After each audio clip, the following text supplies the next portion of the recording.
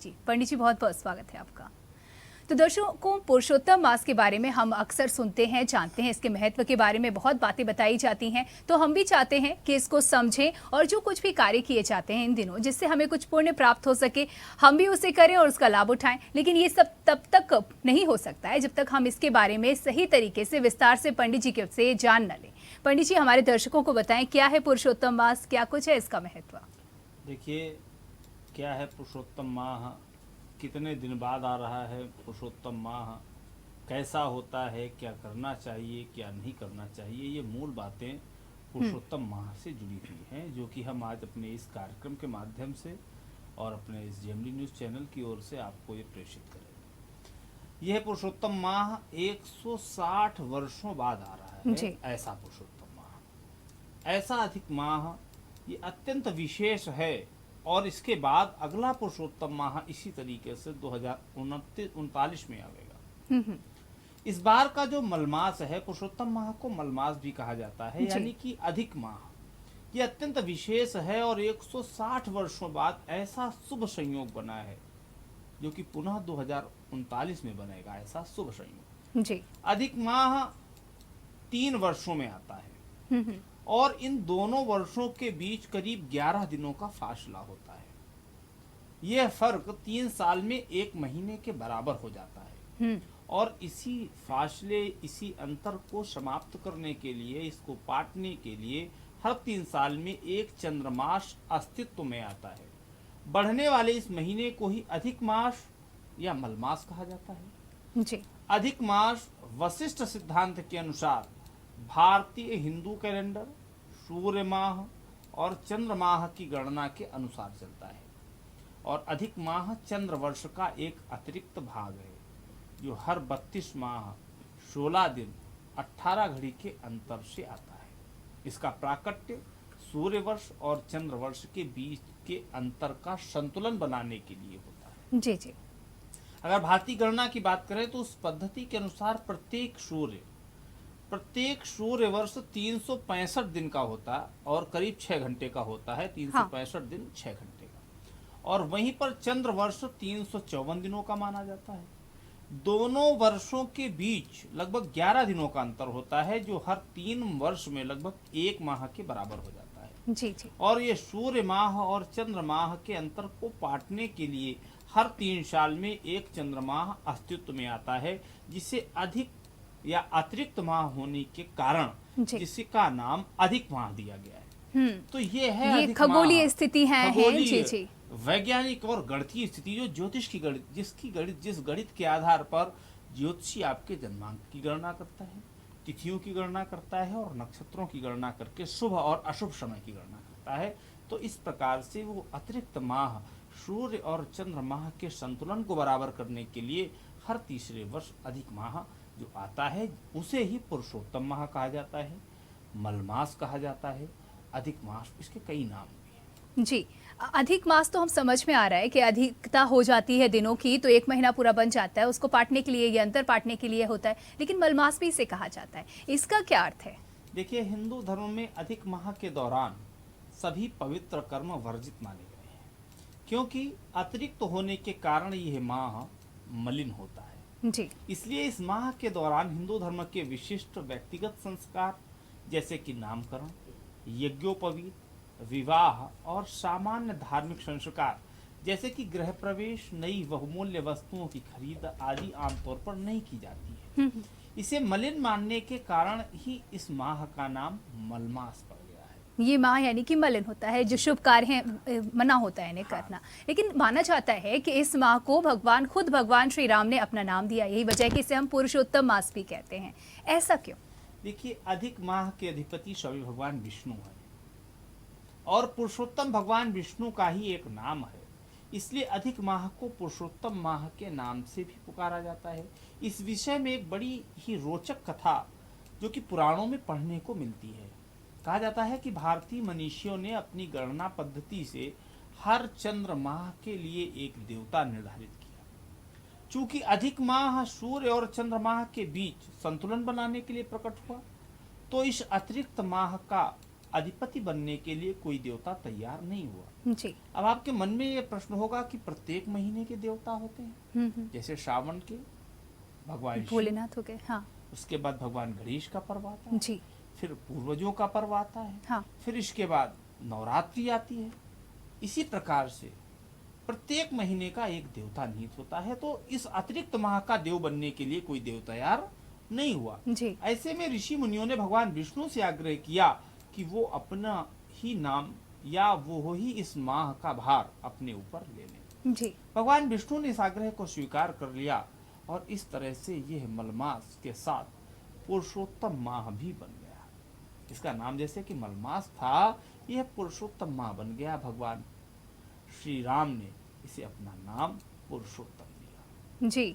तो मलमास कहें, पुरुषोत्तम मास कहें या फिर अधिक मास कहें, जो शुभ कार्य होते हैं वो इसमें वर्जित होते हैं, मना किया जाता है। लेकिन महत्व की अगर बात की जाए तो ये भी क्या अपने आप में कुछ महत्व रखता है? क्योंकि महत्व तो रखता है, लेकिन हम चाहेंगे कि आप हमारे दर्शकों को बताएं क्या महत्व है अधिक मास का। देखिए, हिंदू धर्म के अनुसार प्रत्येक जीव पंच महाभूतों से मिलकर बना हुआ है और इन पंच महाभूतों में जल, अग्नि, आकाश, वायु और पृथ्वी सम्मिलित है। जी। अपनी प्रकृति के अनुरूप ही ये पांच तत्व प्रत्येक जीव की प्रकृति न्यूनाधिक रूप से निश्चित करते हैं। अधिक माह में समस्त धार्मिक कृत्यों, चिंतन मनन, ध्यान, योग आदि के माध्यम से साधक अपने शरीर में समाहित कर पांचों तत्वों में संतुलन स्थापित करने का प्रयास करता है। ये आध्यात्मिक बात है, हमारे दर्शक ध्यान से समझें। और इस पूरे महीने में अपने धार्मिक और आध्यात्मिक प्रयासों से प्रत्येक व्यक्ति अपनी भौतिक और आध्यात्मिक उन्नति और निर्मलता के लिए उद्यत होता है। शास्त्रों में कहा गया है कि इस दौरान किए गए प्रयासों से समस्त कुंडली के दोषों का भी निवारण हो जाता है। जो आपकी कुंडली में जो दोष हैं, उन दोषों का भी निवारण हो जाता है। और अधिक माह में किए गए धार्मिक कार्यों का किसी भी अन्य माह में किए गए पूजा पाठ से 10 गुना अधिक फल मिलता है। ये जो अधिक माह है, अतिरिक्त माह है, पुरुषोत्तम माह है, जिसे मलमास भी कहते हैं, इसमें अगर आप कोई पूजा पाठ और धार्मिक कार्य करते हैं तो उस धार्मिक कार्य का जो फल है वो 10 गुना ज्यादा प्राप्त होता है। तो इस माह में अगर हम पूजा पाठ करेंगे, धार्मिक कार्य करेंगे तो फल 10 गुना ज्यादा प्राप्त होगा। वहीं तमाम ऐसे शुभ काम हैं जो वर्जित किए गए हैं, मना किए गए हैं। तो अब हमारे दर्शक निश्चित तौर पर कंफ्यूज हो रहे होंगे। मैं चाहूंगी आप उन्हें बताएं कि अधिक माह में हम क्या कर सकते हैं और क्या नहीं कर सकते। देखिए, अधिक माह में इस पूरे माह व्रत, तीर्थ स्नान, भागवत पुराण और ग्रंथों का अध्ययन व भगवान विष्णु के यज्ञ आदि किए जा सकते हैं। और जो कार्य पहले प्रारंभ किए जा चुके हैं उन्हें जारी रखा जा सकता है। जी। संतान जन्म के कृत्य जैसे गर्भाधान, पुंसवन, सीमंत आदि संस्कार ये किए जा सकते हैं, जिनमें बाध्यता है समय की, इसे नहीं रोका जा सकता। अगर किसी मांगलिक कार्य की शुरुआत हो चुकी है तो उसे किया जा सकता है, लेकिन विवाह नहीं हो सकता। लेकिन रिश्ते देख सकते हैं, रोका भी किया जा सकता है, रोके की रस्म की जा सकती है। रोके की रस्म की जा सकती है। कोई विशेष परिस्थिति अगर आती है तो उस विशेष परिस्थिति में रोके की रस्म की जा सकती है। लेकिन अगर ना करें तो ऐसा निषेध है, ज्यादा ना भी बेहतर करें होगा, तो बेहतर होगा। लेकिन आप रिश्ते तो देख ही सकते हैं, रिश्ते समझ सकते हैं, उनके लिए आप बात कर सकते हैं। लेकिन मलमास यानी कि अधिक माह में कोई प्राण प्रतिष्ठा मंदिर की, किसी मंदिर की स्थापना, विवाह, मुंडन, नववधु गृह प्रवेश, नववधु का आगमन हो या गृह प्रवेश हो, यज्ञोपवीत हो या नामकरण संस्कार हो, ये जो धार्मिक कार्य हैं, जो मानव जीवन के बहुमूल्य कार्य हैं, इनको करने की मनाही है। और लीप ईयर में आश्विन अधिक माह, ये जो लीप ईयर है, इसमें जो आश्विन का जो अधिक माह बना हुआ है, ये 160 साल बाद आया है। जैसे कि हमने पूर्व में भी 160 साल का जिक्र किया है जी। तो ये आप लोग कंफ्यूज हो गए होंगे कि 160 साल बाद प्रत्येक तीसरे वर्ष आता है अधिक माह। लेकिन ये जो आश्विन के महीने में जो लीप ईयर हुआ है, ये 160 वर्षों बाद हुआ है। अंग्रेजी कैलेंडर में 4 वर्ष में एक बार लीप ईयर आता है। हाँ। और लीप ईयर में फरवरी में 29 दिन होते हैं और हिंदू कैलेंडर में लीप ईयर नहीं होता है, अधिक मास होता है। ये संयोग है कि 2020 में लीप ईयर एवं अश्विन अधिक माह दोनों एक साथ आए हैं। जी। अश्विन का अधिक माह 19 साल पहले 2001 में भी आया था, लेकिन लीप ईयर के साथ आश्विन में अधिक माह 160 साल पहले 2 सितंबर 1860 को आया था। तो ये जो 160 साल का जिक्र है, हमारे दर्शकों के मन में कौन रहा था, उसको भी हमने स्पष्ट किया। जी, देखिए कुछ काम हम कर सकते हैं तो कुछ नहीं कर सकते हैं, यानी कि पूजा पाठ करना एक सामान्यतः एक अच्छा समय है भगवान की सानिध्य में जाने का, आपको विशेष लाभ मिलेगा। लेकिन जो शुभ कार्य होते हैं, शादी ब्याह हो गए, तमाम इस तरीके की गतिविधियां, इन्हें रोक देना चाहिए, यानी कि सावधानी बरतने की जरूरत है। क्या अन्य खास सावधानियां हैं इस दौरान, कुछ विशेष कार्य जिन्हें हमें करने से बचना चाहिए? इस समय जैसे कि पूर्व में भी हमने कहा कि विवाह वर्जित होता है। इस समय अगर विवाह किया जाए तो ना तो भावनात्मक सुख मिलेगा और ना ही शारीरिक सुख मिलेगा। अगर ऐसे में विवाह करते हैं, पति पत्नी के बीच अनबन रहेगी और घर में सुख शांति का वास नहीं करेगी। सुख शांति, अगर विवाह करना है तो अधिक माह प्रारंभ होने से पहले या अधिक माह के समाप्त होने के बाद करें।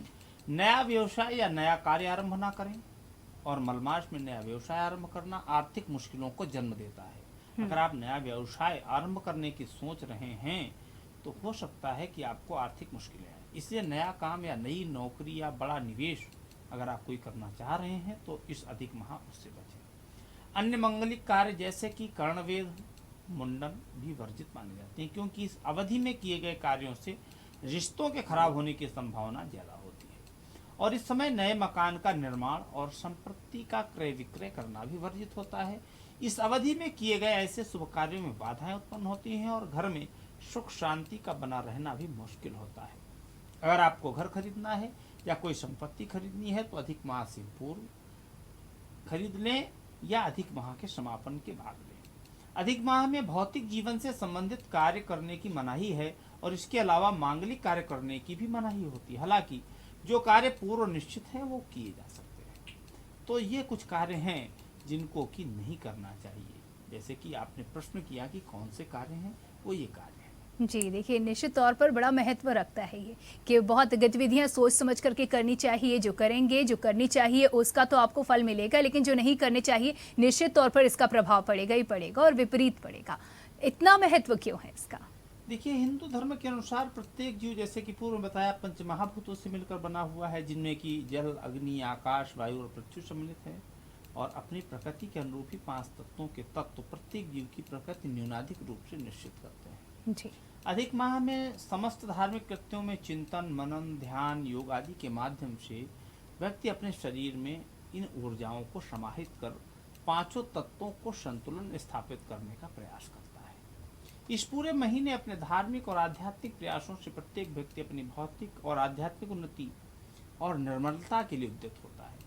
इस तरह अधिक माह के दौरान इन प्रयासों से व्यक्ति हर 3 साल में स्वयं को बाहर से स्वच्छ कर परम निर्मलता को प्राप्त कर नई ऊर्जा से भर जाता है।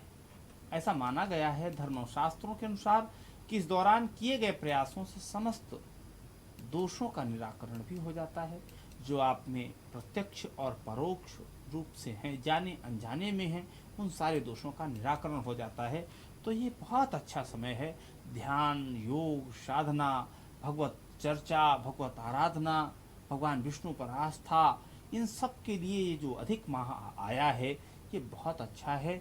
और इससे आप तप करके, धर्म करके, ईश्वर आराधना करके अपने अंदर के मन को भी संतुलित करें। जैसे कि प्रकृति ने इस महीने को प्रकृति के संतुलन के लिए अधिक माह बनाया गया है, उसी तरीके से हमें अपने आत्मिक स्तर का भी संतुलन बनाने के लिए महीना आया है। तो वो आत्मिक स्तर, आध्यात्मिक स्तर, मानसिक स्तर, इन सबका संतुलन बराबर करें।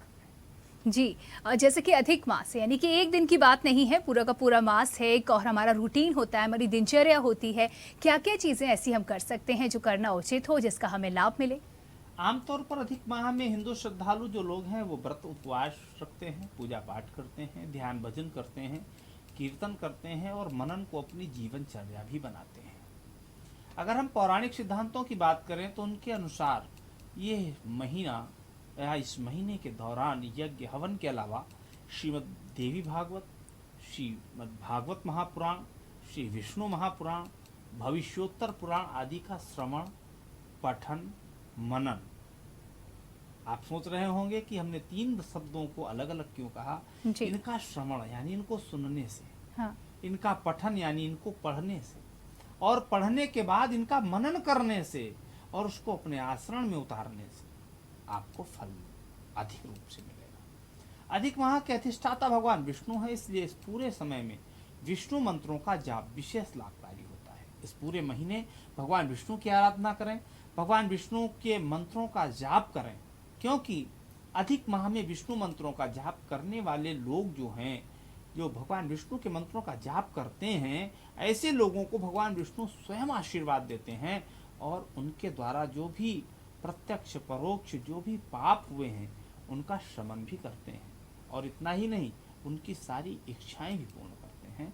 तो इन चीज़ों का लाभ लेते हुए, इनका लाभ लेते हुए इस महीने का लाभ लें और भगवान की आराधना, शास्त्रों का अध्ययन और मनन चिंतन जरूर करें। तथा भगवान विष्णु की पूजा, मलमास पे भगवान विष्णु की पूजा करना बहुत अच्छा होता है जी। इस माह में वैसे तो किसी भी शुभ कार्य करने की मनाही होती है, लेकिन भगवान सत्यनारायण की पूजा करना सबसे शुभ माना जाता है। नंदिनी, आपने सुना होगा आज से आधे दशक पूर्व प्रायः लोगों के घर सत्यनारायण की पूजा होती थी। हाँ। भगवान सत्यनारायण की कथा होती थी। जी। और आज के परिप्रेक्ष्य की अगर बात करें तो भगवान सत्यनारायण की पूजा का भी लोप हो गया है, जो कि भगवान की पूजा में बहुत अच्छी, बहुत साधारण पूजा होती है। जी। ये तो कम हमारा होती जा दर्शकों रही से है। हाँ। अनुरोध है कि इस महीने में भगवान विष्णु भगवान की पूजा करने से माँ लक्ष्मी भी खुश होती हैं। तो अगर आप कुछ नहीं कर सकते तो सत्यनारायण की पूजा कथा जरूर करें और माँ लक्ष्मी भी खुश होंगी और आपके जीवन में सुख समृद्धि भी आएगी। तथा महामृत्युंजय मंत्र का भी जाप कर सकते हैं। मलमास में महामृत्युंजय मंत्र का जाप सबसे शुभ माना जाता है। ऐसे में जरूरी है कि आप इस महीने में घर पर ही अपने महामृत्युंजय का जप करें, और ऐसा अगर आप करते हैं तो आपके घर से सभी प्रकार के दोष खत्म हो जाते हैं और सकारात्मक ऊर्जा आती है। जी। यज्ञ और अनुष्ठान भी कर सकते हैं। मलमास के महीने में यज्ञ और अनुष्ठान करने पर सर्वाधिक लाभ मिलता है और अधिक माह में ये अनुष्ठान करा भी सकते हैं, जो कि काफी शुभ होता है। ऐसा अगर करेंगे ये विशेष आप, कार्य हैं जो इस माह में हम कर अगर सकते ऐसा हैं। आप जी। करेंगे तो आपकी सारी मनोकामनाएं सीखी जी। और इस महीने ब्रजभूमि की भी यात्रा की जाती है। यानी कि यात्रा भी की जा सकती है। अधिक माह में भगवान विष्णु के सभी अवतारों की पूजा करना सही है। इस दौरान ब्रजभूमि की यात्रा करना भी शुभ होता है, लेकिन कोरोना का संक्रमण चल रहा है। इसके वायरस के कारण, कोरोना संक्रमण के कारण ब्रजभूमि की यात्रा करना मुश्किल हो सकता है। ऐसे में आप घर पर रहें और घर पर रहकर ही भगवान की पूजा अर्चना करें, आपकी सारी मनोकामनाएं पूर्ण होंगी। जी। यानी कि वैसे तो यात्रा बहुत अच्छी होती है इन दिनों ब्रज की विशेष रूप से, लेकिन क्योंकि इस मौजूदा जो समय है, जो स्थिति है, इस हिसाब से अपने विवेक से काम लें और सही निर्णय लें। बाहर ना निकलें, घर पर ही रह करके पूजा अर्चना करें। लेकिन किसी भी पूजा अर्चना में मंत्रों का विशेष महत्व होता है। पुरुषोत्तम मास की अगर बात की जाए तो ऐसा कौन से मंत्र हैं जिसका जप करने से हमें पुण्य फल मिले, अक्षय फल की प्राप्ति हो? देखिए, अक्षय फल की प्राप्ति के लिए हम कुछ मंत्र बताएंगे। एक मंत्र है, गोवर्धन धरम वंदे गोपालम गोप रूपणम गोकुलोत्सव मीशानम गोविंदम गोपिका प्रिय। पुरुषोत्तम माह में इस मंत्र का भी जाप करें और मंत्र जाप करें पुरुषोत्तम माह में, ओम नमो भगवते वासुदेवाय नमः। जी। ये बहुत साधारण मंत्र है, इसका भी जप करें। इसके अलावा आपको अगर अपने गुरु द्वारा कोई मंत्र प्रदान किया गया है तो उसका भी जाप कर सकते हैं। और इस महीने श्री विष्णु सहस्त्र नाम, पुरुष सूक्त, श्री सूक्त, हरिवंश पुराण और एकादशी महात्म्य इत्यादि कथाओं के श्रवण और पाठन से भी आपकी मनोकामनाएं पूर्ण होंगी। मलमास के समय श्रीमद् भागवत गीता, श्री कृष्ण की लीलाएं, श्री राम कथा का वाचन तथा भगवान विष्णु की भक्ति करने का अलग ही महत्व है। कथा का पाठ करें या सुनें, अधिक माह में कथा का पढ़ना या सुनना दोनों ही अत्यंत महत्वपूर्ण है। और इस महीने में भूमि पर शयन करना बहुत श्रेष्ठ माना गया है। जी। इस महीने अगर आप कथा कोई पढ़ रहे हैं या कोई पुराण का पाठ लगाया है कि इसको इस माह में पूर्ण करेंगे, तो भूमि पर शयन करेंगे, बहुत उत्तम होता है। मलमास के समय में एक ही समय भोजन करने से मनोवांछित फल की प्राप्ति होती है। अगर एक बार भोजन करें एक माह तक तो और भी उत्तम होता है।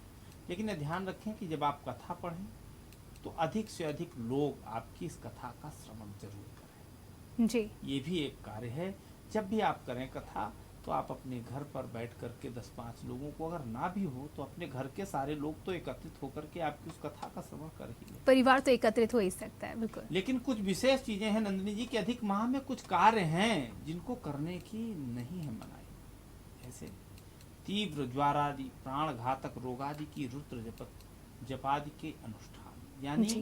किसी का कोई काल है, कोई आपत्ति आई हुई है, तो उसके शमन के लिए, रोगों के शमन के लिए अनुष्ठान किए जा सकते हैं। कपिल खष्ठी, वषटकार वर्जित आहुतियों का हवन कर सकते हैं। ग्रहण संबंधी श्राद्ध, दान, पुत्र जन्म के कृत्य और पितृ मरण के श्राद्धादि तथा गर्भाधान, पुंसवन और सीमांतोनयन जैसे संस्कार इस महीने किए जा सकते हैं, जो कि रोके नहीं जा सकते। इन दिनों में नए कपड़े खरीदना, पहनना, आभूषणों का क्रय विक्रय, मकान, टीवी, फ्रिज, एसी, नए वाहन, नित्य उपयोग की वस्तुओं को खरीदने की मनाही नहीं है। अगर आप ऐसा सोच रहे हैं कि इन महीनों में ये सामान भी नहीं खरीदना है, तो ऐसा बिल्कुल नहीं है। ऐसी सामग्रियों को आप खरीद सकते हैं, इस माह भी ले सकते हैं। और जो कार्यों में जिनमें समय की बाध्यता है, उन कार्यों को आप कर सकते हैं, लेकिन जिनमें समय की बाध्यता नहीं है, जैसे कि विवाह है, आपको विवाह नहीं करना चाहिए, आपको गृह प्रवेश नहीं करना चाहिए, आपको अपना भूमि पूजन तक नहीं करना चाहिए, और कोई नया व्यवसाय भी स्थापित नहीं करना चाहिए इस माह। करना क्या होगा दर्शकों कि इस माह भगवान विष्णु को मनाएं, भगवान विष्णु की प्रार्थना करें, शास्त्रों का पठन पाठन करें, पुराणों का पठन पाठन करें, और अगर नहीं है ये सारी चीजें उपलब्ध, तो आपके घर में श्री रामचरितमानस की पुस्तक तो होगी ही होगी। तो कम से कम अगर कुछ नहीं कर सकते तो इस पूरे एक महीने में पूरी रामचरितमानस का ही पाठ कर लें। जी, ये भी एक उपलब्धि होगी। पूरे घर को रामचरितमानस को श्रवण करा दें, ये एक बहुत बड़ी उपलब्धि है। और विशेषतया ध्यान रखें, घर की माताएं, बच्चे भगवान विष्णु को प्रतिदिन एक तुलसी पत्र जरूर अर्पित करें। आपकी सारी मनोकामनाएं पूर्ण करेंगे भगवान विष्णु। और यह जो अधिक माह है, जो प्रकृति का संतुलन जिस तरीके से बनाने के लिए महीना आता है, उसी तरह से आपके जीवन का भी संतुलन भगवान विष्णु बनाएंगे, आपके मनो मस्तिष्क का भी संतुलन बनाएंगे, आपके आध्यात्मिक स्तर का भी संतुलन बनाएंगे। ऐसी कामना करें और भगवान विष्णु को मनाते हुए इस पुरुषोत्तम माह की जो जानकारी है, पुरुषोत्तम माह में जो कार्य वर्जित हैं उन्हें ना करें, और जो कार्य करने हैं उन्हें पूरी श्रद्धा, पूरे विश्वास, पूरी आस्था के साथ करें, जिससे कि आपको भी लाभ हो, आपके परिवार को लाभ हो, आपके बच्चों को। जी, तो संपूर्ण जानकारी हमने आप तक पहुंचाई पुरुषोत्तम मास को लेकर के, मलमास को लेकर के। पंडित जी, चलते चलते हमारे दर्शकों से आप क्या कहना चाहेंगे? आज के परिप्रेक्ष्य में कितना महत्व है इसका? क्या कुछ आप चाहेंगे कि निवेदन करेंगे कि ये उसका करना चाहिए, लाभ उठाना चाहिए, मौका मिला है तो पूरी तरीके से लाभ उठाएं? आज के परिप्रेक्ष्य में हम अपने समाज की नवयुवक पीढ़ी से कहना चाहेंगे, अपने इस चैनल के माध्यम से और अपने इस कार्यक्रम के माध्यम से, कि वो भी धर्म से जुड़ें, धर्म का पठन करें, और अगर उन्हें संभव हो, समय हो, तो शास्त्रों का भी पठन करें, और फिर देखें कि नहीं धर्म कितना प्रभावी है, कितना बलशाली है, और आपके आध्यात्मिक और मानसिक स्तर को कितना लाभ पहुंचा सकता है, कितना मजबूत कर सकता है। आर्थिक स्तर अपने आप ठीक हो जाएगा। आज की जो नवयुवक पीढ़ी है वो अर्थ के पीछे दौड़ रही है जी, तो अर्थ से हट करके एक महीने का जो ये समय है, इस समय, इस कालखंड में भगवान की आराधना, पूजा जो भी हो सके वो करें। और अगर ये नहीं भी कर रहे हैं तो आप शास्त्रों का, पुराणों का अध्ययन जरूर कर लें, जिससे कि आपका आत्मिक स्तर और मानसिक स्तर दोनों मजबूत हो। जी, बहुत बहुत धन्यवाद पंडित जी तमाम जानकारियों के लिए। मुझे उम्मीद है दर्शकों आपको ये जानकारियां जरूर पसंद आई होंगी, इसका लाभ उठाएं, और इसी के साथ दीजिए इजाजत। नमस्कार।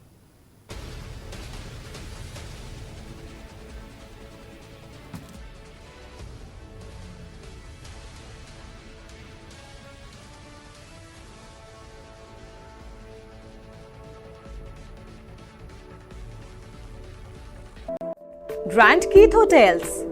Comfort. Luxurious. Exclusive. Excellent rooms and suites with modern facilities, banquet hall, conference hall, multi-cuisine restaurant